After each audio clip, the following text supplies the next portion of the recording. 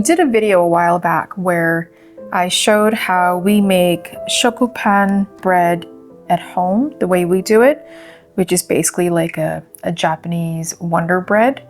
And we wanted to make this bread at home, that way we have an option between a sourdough bread, the European style, and a sandwich bread. So for those times where we want to put jam on our bread, but we don't want the jam to fall through the holes, sandwich bread works really, really well. So basically those two are the breads that are staples in our home. We make a batch and then we don't really eat them that often. So what we do is we cut them in half and we freeze half of it and keep the other half in the fridge, and it freezes and keeps really, really well. And we find that when it's frozen, it actually slices a lot better by just using a non-serrated knife, a straight edge knife. We actually use a cleaver because we have one. We find it just cuts right through it, and then we pop it back in the freezer. Now, when we moved last year, mid-year, it was a bit frantic for us because we were downsizing while we were moving, and everything was on such a tight timeline that we packed as best as we could in terms of labeling as best as we could. And I didn't make bread for a number of months because we were still unpacking and decluttering and trying to get all of our other work done in the meantime while doing all of that. So when it was time and I felt like I was ready to finally put the time and effort into making breads for us, I could not find the bread pan for the Shokupan, or the white bread, which was very annoying because I thought we had labeled everything meticulously, but I guess, you know, sometimes you're just walking through life with a foggy brain, and that foggy brain to the bread pan being misplaced somewhere. I know we'd brought it over. I figured it would show up at some point, but I was really craving this bread, and so was Rob, because it is his favorite as well, that I said, you know what, I recall the pan wasn't all that expensive. I'll just order another one and then we'll just have two of them. And if anybody else ever wants the white bread in our family, I can always make two batches at the same time. Oddly enough, the one that I had ordered, I could not find on Amazon anymore for some reason. There were other options, and the titles had changed. They weren't being called Shokupan Bread Pan anymore. They were being called someone else. I can't quite recall. But I then came across, just by chance, this little guy. And it's from Japan, from a company called Tigerland, I believe, and they make these bread pans in different sizes. And what I also noticed, and it took a bit of digging around to find out the material, I believe this is steel and not aluminum coated, where what I mean by is I did eventually find it, the Shokupan bread pan I had before, that I was using before, sorry, has a bit of a non-stick coating on there. This one, I believe, does not have any coating on it, and I was reading through the comments to get some affirmation or validity of this pan, and some people were saying it's steel, and they actually season the pan, which I found interesting because, as you see all the other pans behind us, we pretty much have mostly carbon steel pans and we season them. And I like the idea of having a bread pan as well that's not, that is free of any non-stick coating, which I prefer. So I ordered it. I can't remember how much I paid for it. I'll put the price up here once I come across it. But as things always are, as soon as I bought this and this showed up, guess what else showed up as we were continuing to unbox like 6 months later? The original bread pan. I did end up making bread using this. I held off making anything in here because I really, really wanted us to record a video and do a comparison and also make bread in this pan. So today we will be actually washing as per instructions, and the instructions are all in Japanese. I used Google Translate to see what the instructions were. It says to wash it with some dish soap, not to scrub it because you don't want to scratch the outer layer. And then we are going to oil it. We're not going to use shortening. We don't have any shortening in our house. We are going to oil it, and then we are going to bake it in the oven. I already have the oven preheating, and it says to bake it for about 20 minutes. And it doesn't say that you need to season it again. It just basically states that you season it once and you're good to go. So today we will season it, we'll see how it looks, and tomorrow we will bake. I will wake up our starter today and have it ready for tomorrow. Now, the one thing to note, let's just take this label off.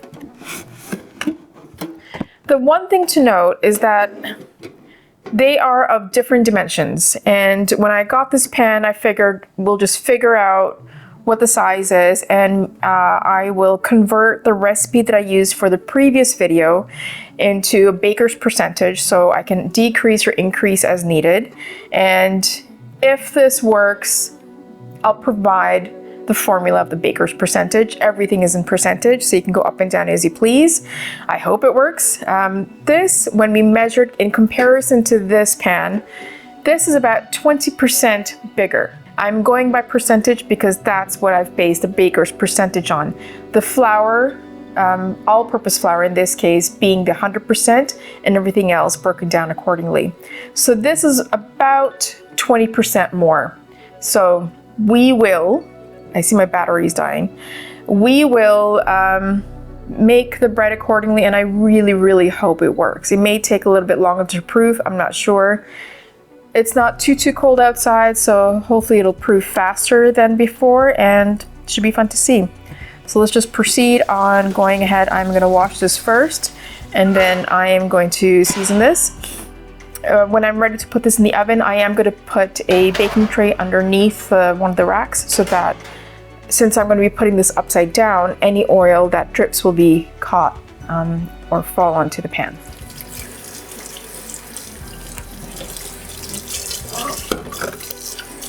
Okay, just gonna let this, I'm gonna wipe it down and then just let it air dry for a bit so it's completely dry before we put any oil on this. Okay, so this has been washed with some soap. I used a sponge to prevent any scratching on the surface, and I wiped it dry, and I also let it air dry a bit in areas that I couldn't quite reach, and it actually dried pretty quickly. The only thing you want to keep in mind if you do decide to purchase one of these, some water does trap in the corners, so just keep tilting it till you see any water come out. I guess it catches in the folds where it's being held together, and then just keep wiping it as you go. So this is done. We have a rag, we have a tray. We put this under to let it catch any oils that may be dripping. So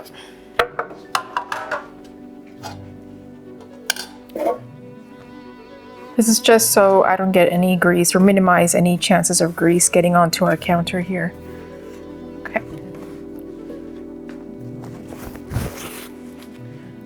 I'm just going to use our regular, we have grapeseed oil. I'm just going to use that to coat everything.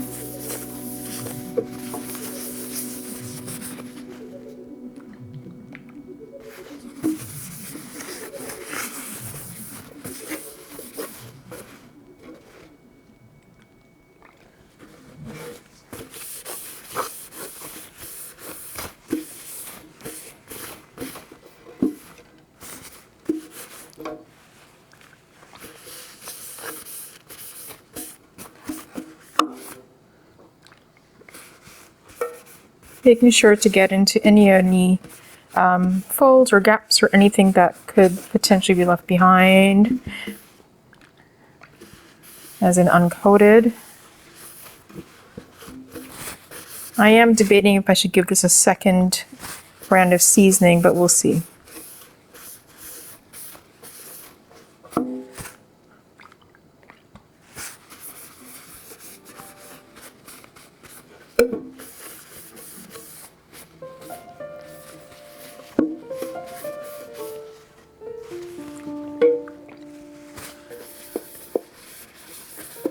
The one thing that's interesting is I noticed it doesn't have any 3 holes on the bottom like the previous pan I have, or the other pan that I have.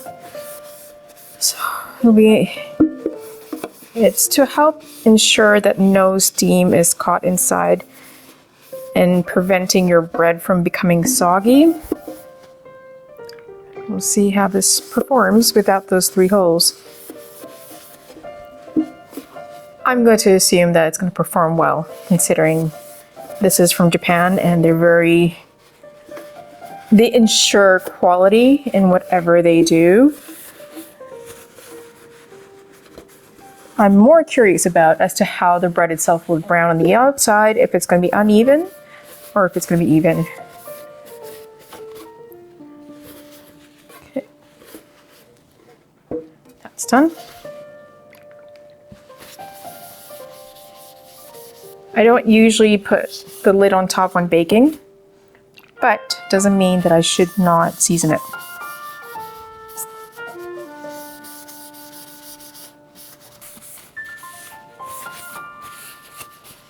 Okay.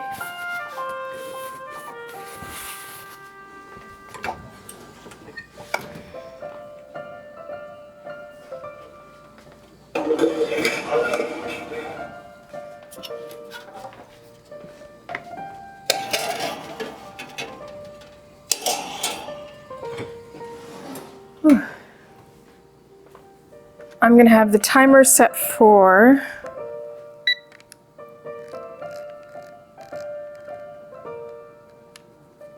20 minutes. And we'll come back and check it and see how it is.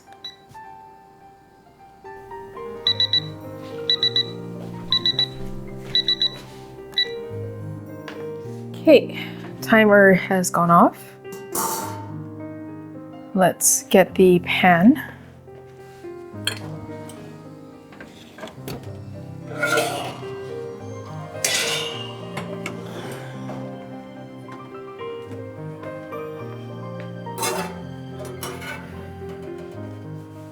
Okay, it's got a bit of a color now. The instructions don't say to season it twice, so we're just going to season it once and see how it does tomorrow, but there is some color on it, and I'm going to let it completely cool down and video some of the results and show it to you guys. And then tomorrow we are going to bake. Very excited. That just means more bread for us. Yes. If it turns out well. So we'll see you guys tomorrow.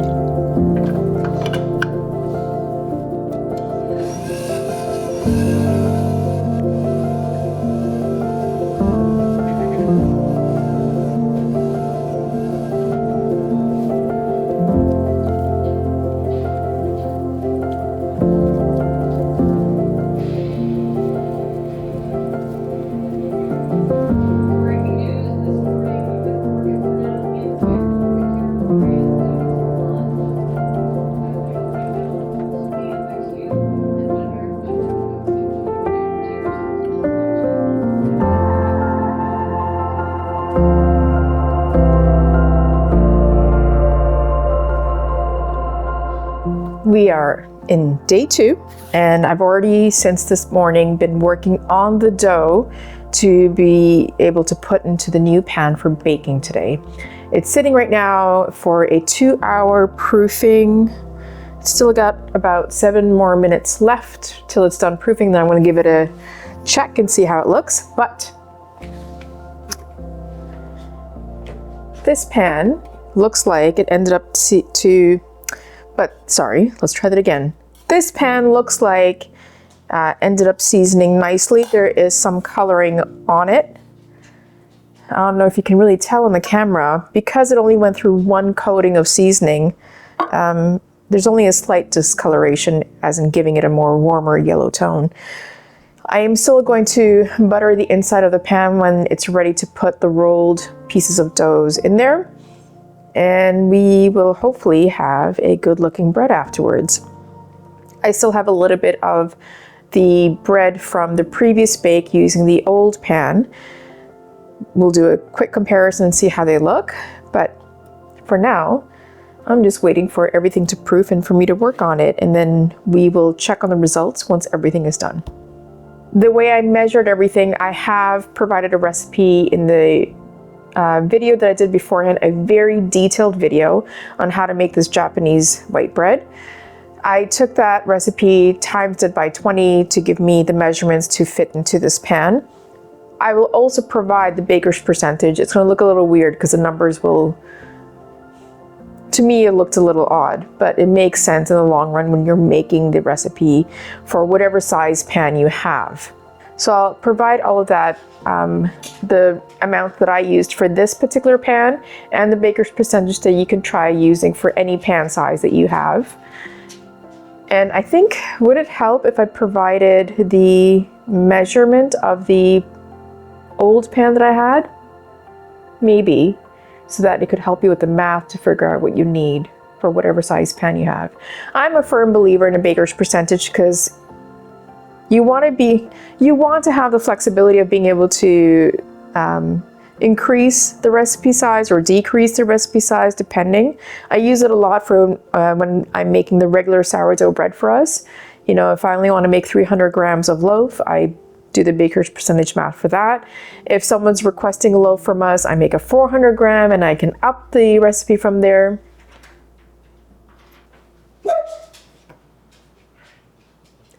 So I think it's a useful tool to have and understand on how to be able to do the math correctly. Proofing is almost done. We'll check it in a bit.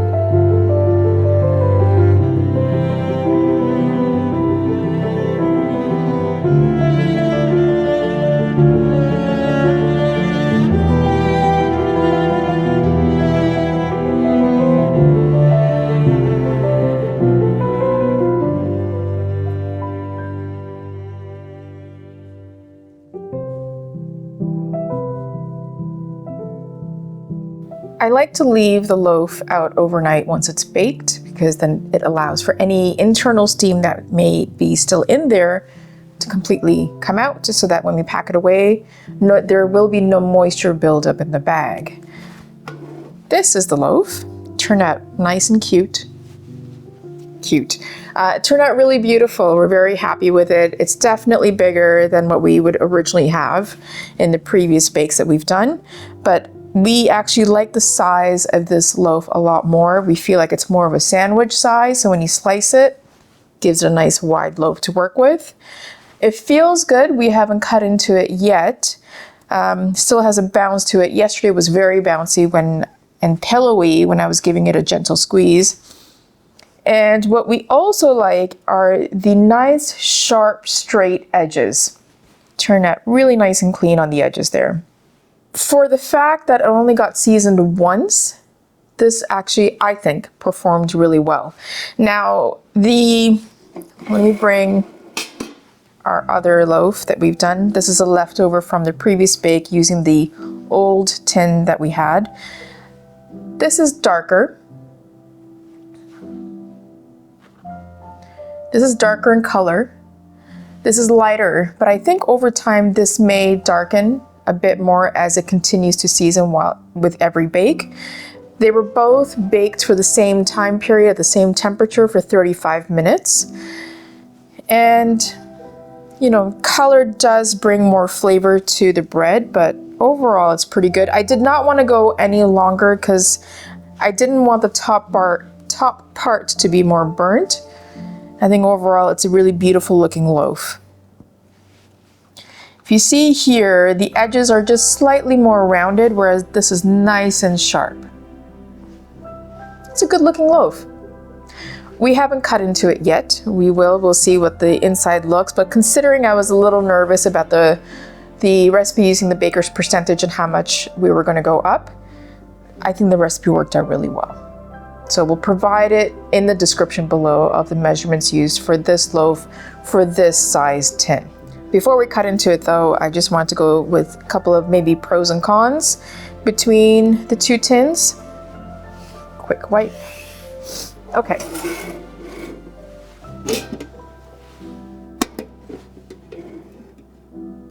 So this is our previous one.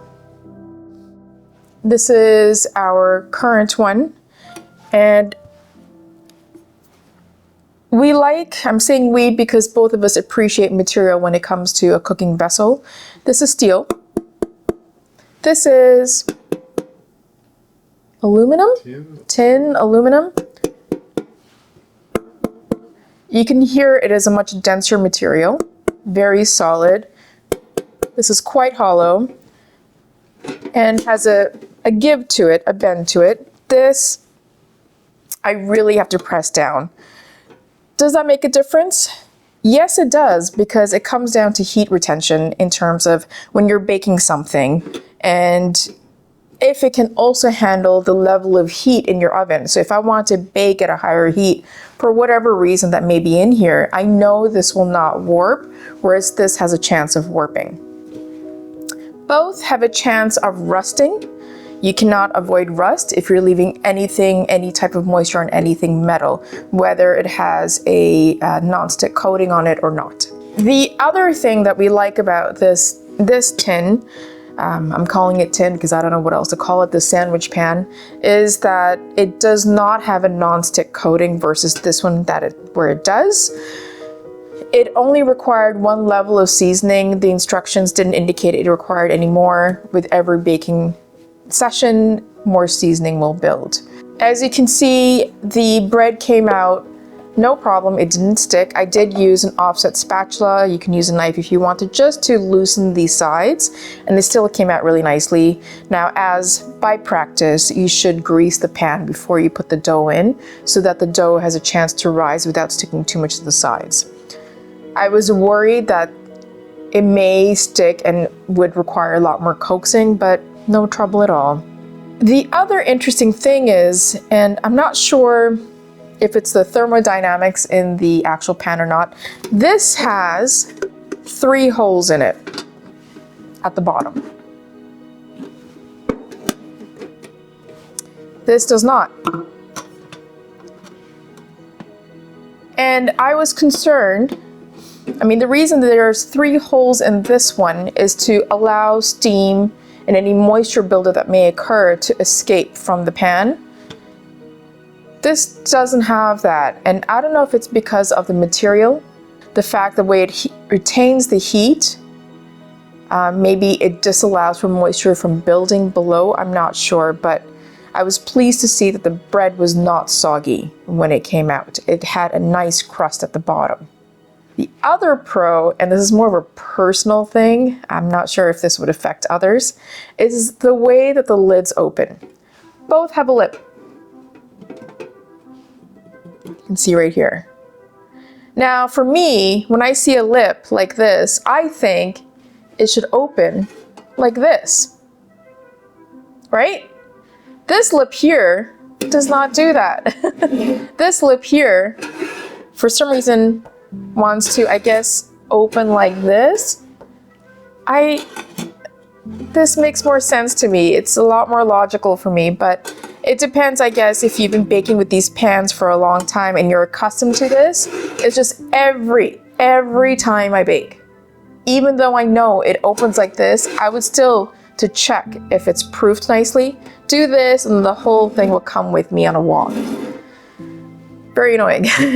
So I'm happy that this opens like this. It just makes a lot more sense. The other things that I like about this, see, I just did it again. These here, the edges, the curved parts here, this, a few times, I've not quite cut my finger, but I felt it very sharp. So when I try to clean here, or even try to grease here, I find the gap is too narrow. Whereas this, for both greasing and cleaning, my thumb fits nicely. I don't feel any real sharp edges. It's almost like they didn't quite curve it all the way down. They left the lip up just a little bit, so you can really get in there and give it a good washing or greasing. In terms of any negatives, I have not come across any, so I can't give you any cons. What do you feel about the ridges? Like these here? No, the ridges. Oh. I mean, those are there to strengthen, to rigidize the pan. Right, but it gives it a pattern. Also gives you a pattern on the bread. Yeah. Rob actually just brought up a really good point. What about the ridge pattern? Now, he said that the ridges are there to help reinforce strength into the metal, into the pan. So when it's baking, I guess, to help prevent it from warping. This doesn't have any because it is a denser material and it can handle any heat that comes to it. It won't warp. This does leave a pattern. This definitely leaves a pattern on the loaf.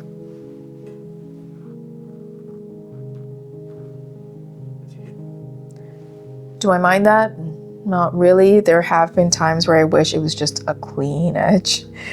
It's more of a personal thing. It's not really a con, it's not really a pro, it's a pro if you like that look. I'm not a big fan. I like the clean look of the crust.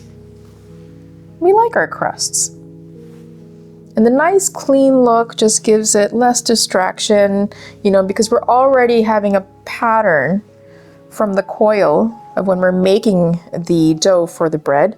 So it's nice to have just nice clean edges. The other thing I noticed, this is again not necessarily a con or a pro. Not really sure if you're going to see this on camera, but if you look at the edges here, this is it's squared off. It's very much straight. This tapers in just a little bit. I'm not sure if it has to do anything with just the design of the pan for any particular reason for rigidity or for the way the heat transfers, or if it's just a look. Again, it's not a pro or a con, but I do very much like the squared off edge. Especially if you want to bake with the lid on, then you're getting a perfectly square shaped loaf. Whereas in this, you would have a little bit of tapering. And you can even feel the corners here, this is slightly rounded. This is very much a lot sharper in its corner. In terms of cons, not really. It's not quite a con for me, but inside where the joinery is, I find when you're washing, the water gets trapped just a little, so you have to turn the pan around to ensure that the water is being released from the joinery area. But you know, it's not a con for me, it's just maintenance. And you just keep an eye on what you're using and how it's behaving and how you clean it. And it's just to help prevent any rusting. Give it a wash with some dish soap, sponge, wipe it down, then just let it air dry, and you have a perfectly good pan. Rob just pointed out again, and it's valid in terms of this will probably last a lifetime. I'm sure people's children can inherit this. It's one of those pans where you can have it around for almost forever, just like our carbon steel pans back here. You know, and we appreciate that kind of material usage and that kind of engineer put into something to make it last for a very, very, very, very long time. I'm not sure what we're going to do with this pan. And if we keep it, it's still good. It has a slight bit of rust on it, but it's still good. I don't know. Maybe we'll donate it because we really don't need it. I think this is perfectly fine for what it is. Neither of them are dishwasher safe, so if you are going to get this, just don't put it in the dishwasher, hand wash it. I am very surprised that this was on Amazon, and it was an interesting find and a happy one. And if you go to their website, convert it, translate it from Japanese to English, you'll see they have a variety of different size loaf pans. Obviously, this is something they do very, very well, and we will continue to use it. If we ever come across anything that's a negative, we'll report back to you. But this was a fun little video to make. Maybe not little, but it was a fun video to make, and I really wanted to wait to use this for the first time and show it to you guys how it performed.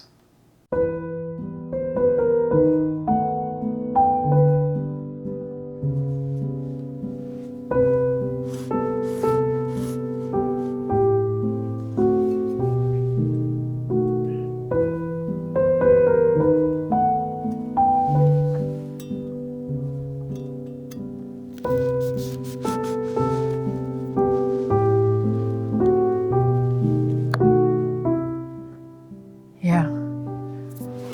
Do we have any fresh butter? Yeah, right behind you. Want some bread? Sure.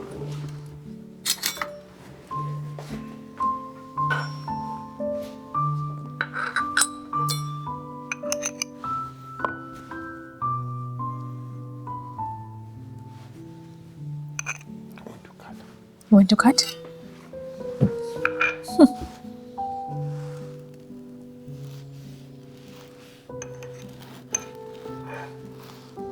I like lots of butter. Oh! Look at that. And Rob did a beautiful job of cutting. Look at the crumb. Mm. Can you see the crumb in here? I hope so.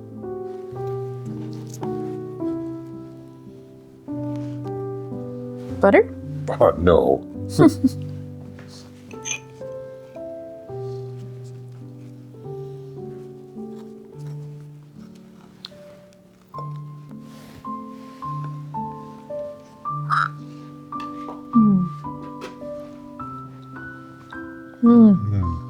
Oh, that's delicious. Mm-hmm. Super soft, nice body. Mm-hmm. And actually, the crust is very good. Mm-hmm.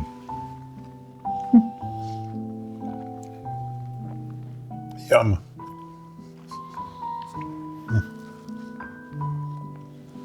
I can't believe how moist it is on the inside. It's not underbaked, it's just, it retained moisture. Maybe not having those 3 holes at the bottom of the tin helps to retain moisture inside the loaf. Exactly. Because it has a slight cool touch to it. And very springy. Oh, this is even better than the previous ones. Mm-hmm.